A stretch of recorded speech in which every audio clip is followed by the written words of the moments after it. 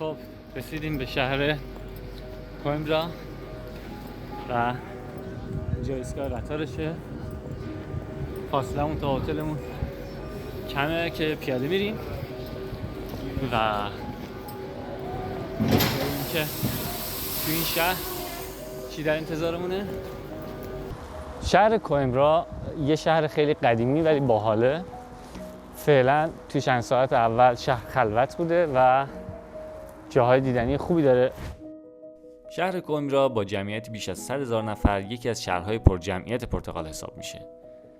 در مرکز کشور پرتغال و بین دو شهر مهم لیزبون و پورتو قرار گرفته.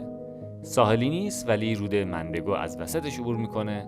این شهر ترکیبی از مدرنیته و تاریخ میشه، چون در حالی که نمادهای معماری قدیم حفظ شده، حس شهر جوان و مدرنه.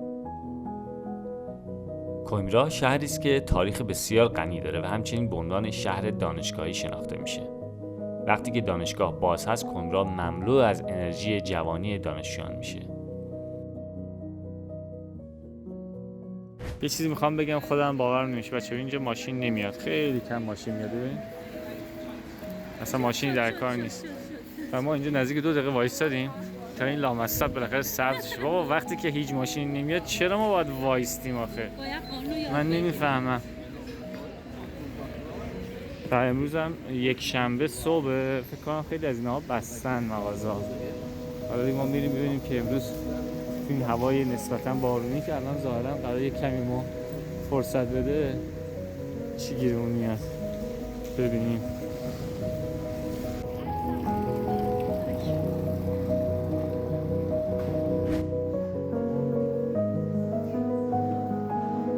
بچه‌ها این مغازه رو ببینین، فکر کنین اینجا چی میفروشن؟ شاید فکر کنین جواهر فروشیه مثلا، آره؟ ولی نه، اینجا تن ماهی فروشیه. یعنی نه همه تن ماهیه.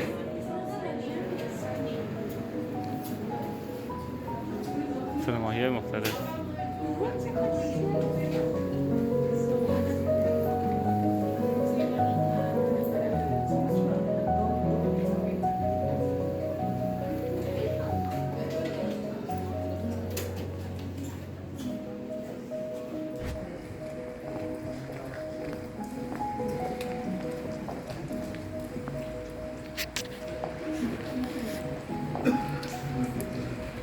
یه خیابون اصلیه که دقیقاً الان چون روز یکشنبه است کم خلوته، ولی خب وایب خوبی همیشه داره و میره سمت بالا که ما هم داریم میریم اونجا.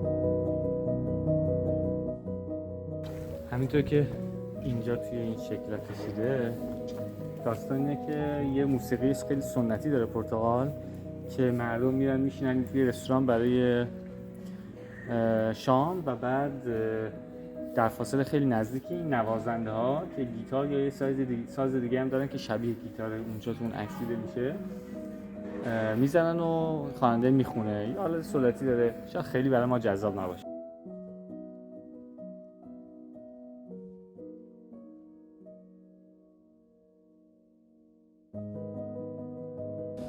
پشت سر من کلیسای جامع قدیم شهر کویمبرا رو می‌بینین که قرن 13 میلادی ساخته شده. فکر می‌کنم قبر اولین گاورنر یا فرماندارشون هم که تو اون دوره بوده اینجاست. چند تا از این بیشاپ میشاپا و از این سنت پینتاشون هم اینجا دفن شدن.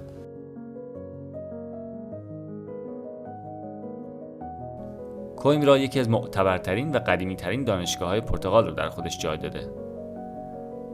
باید بگم یکی از قدیمی ترین دانشگاه‌های جهان که به صورت مستمر تا امروز کار میکرده که در سال 1290 میلادی ساخته شده.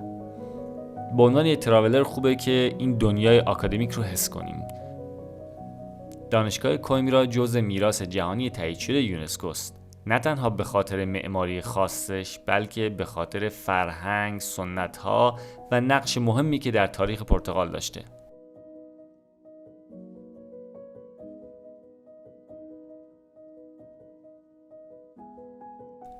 کتابخانه دانشگاه کویمبرا کالکشن چشمگیری از کتاب‌های قدیمی رو که محققان دانشگاه هنوز هم اجازه دارن این کتاب‌های آنتیک رو بخونن در خودش جای داده. کینگ جان پنجم هنوز به کتابخونه نظارت داره که در قرن 17 میلادی تأسیس شد. 700 سال پیش دانشگاه کویمبرا مبانی قرون وسطایی مثل حقوق، پزشکی و الهیات رو تدریس می‌کرد. بعدها که ملوانان پرتغالی دنیا رو سیر می‌کردن، ستاره شناسی و هندسه هم بهش اضافه شد. الکی نیستش که این همه این ساختموناشون شیربونیه. از بس که اینجا بارون میاد. ولکن هم نیست ماشاءالله. همینجور داره میاد. ما هم تو بارون داریم قدم میزنیم. ولی خدا رو شکر اصلا سرد نیست. فقط بارندگیه. خب اینجا بوتانیکال گاردن هستش. یعنی باغایی که همه نوع گیاها رو توش نگهداری میکردن. این بوتانیکال گاردن 1770 تقریبا اگه اشتباه نکنم ایجاد شده که میشه 250 سال پیش و هدفش هم این بوده که گیاهان دارویی رو که برای دانشگاه پزشکیشون بوده بتونن اینجا رشد بدن و انواع مختلف گیاها رو داشته باشن و روی خواصش در حقیقت بیان کار کنن. خیلی برام جالبه که توی شهر یه بوتانیکال گاردن دارن با این عظمت که میخوام بریم ببینیم.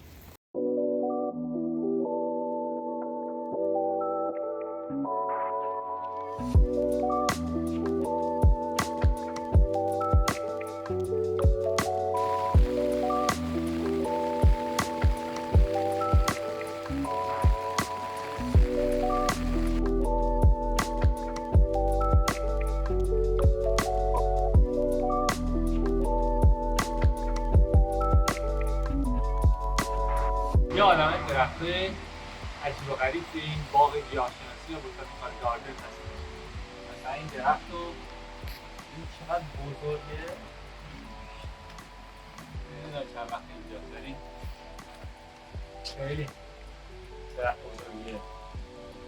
اصالتا هم مثلا این درخت مال تاسمانیا و استرالیا است.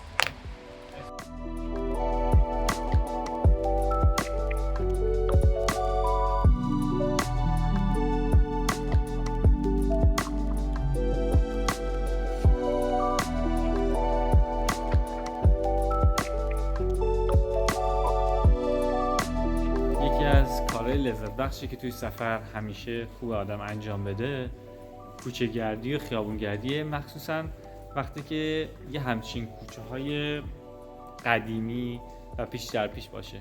هر خونه یه شکل و هر در یه داستان توشه. چه کوچه های عجیب و غریبی، باریک و کاملا لوکال. مردم زندگی میکنن اینجا.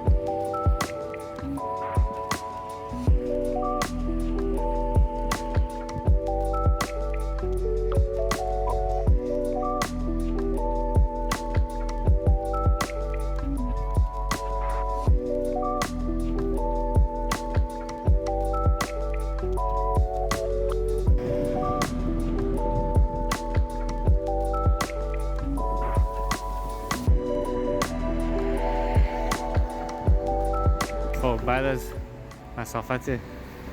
مسافت زیادی اومدیم اینجا که یک رستوران محلیه. اینجا ارزون قیمت بچه‌ها. ببین قیمت‌ها رو نگاه کنیم. خب منو انگلیسی هم داره. ماهیا 9 9 و نیم و 14. خب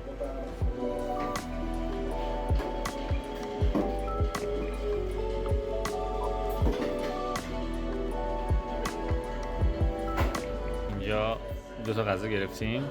یکی بیفته که استیک جورایی مثلا، یعنی گوشت گوساله است فکر کنم، و مال این هم که پورک، نمیدونم چیه که فقط گوشتش یادمه چیه، و بخوریم ببینیم چه جوریه. از نظر قیمتی هم تقریبا هر کدومشون حدود 10 یورو بودن، یعنی 500 600 هزار تومان.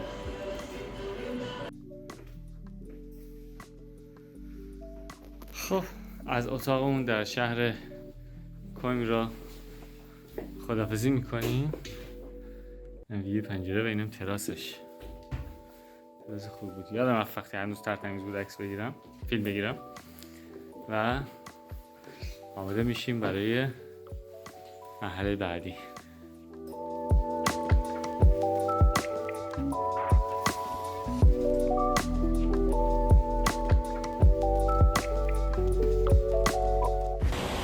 خب ما آخرین ساعتیه که توی شهر کویمبرا هستیم. به نظر من کویمبرا میتونیم 2 شب هم بمونیم به راحتی.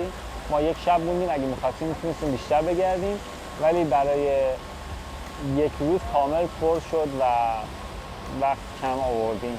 پس 2 روز به نظر من منطقی تره که توی کویمبرا باشیم تا بتونیم همه جاشو با آرامش ببینیم و بچرخیم. یکی از بهترین وسیله‌هایی که برای سفر توی پرتغال میشه استفاده کرد اتوبوسه، چون خیلی قیمتش مناسبه و یکی از راحت ترین شرکت ها برای خرید بلیط شرکت فلیکس باسه که برای همه جا تقریبا اتوبوس داره، هم توی پرتغال هم خارج پرتغال. اکثر کشورهای اروپایی داره، غرب اروپا که مطمئنم. و خب ما الان اینجا اومدیم توی پایانه و منتظریم که زمان اتوبوسمون بشه. فوق العاده بارون شدیده. موقع خریدن بلیط‌ها باید خیلی مراقب باشیم، به خاطر اینکه هر چی زودتر بتونیم بلیط بگیریم ارزان‌تره. یه مسیری که ممکنه در ابتدا 3 یورو باشه و بعد به سرعت با فروش بلیط‌ها قیمتش گرون میشه، ممکنه بشه 9 یورو، بشه 10 یورو، همینجوری بره بالاتر. خاطر این زود بگیریم بلیطو خیلی بهتره. ما خودمون تو این سفر از همین شرکت فلیکس باکس مسیر 3 ساعته رو گرفتیم 3 یورو و در جای دیگه مسیر 2 ساعته رو گرفتیم 10 یورو، بخاطر اینکه اون یکی 2 ساعته رو دورتر گرفتیم. این هم اتوبوساشه، شرکت فلیکس باکس، توش نمیشه سبز رنگه و یکی دیگه هم اون طرف هست.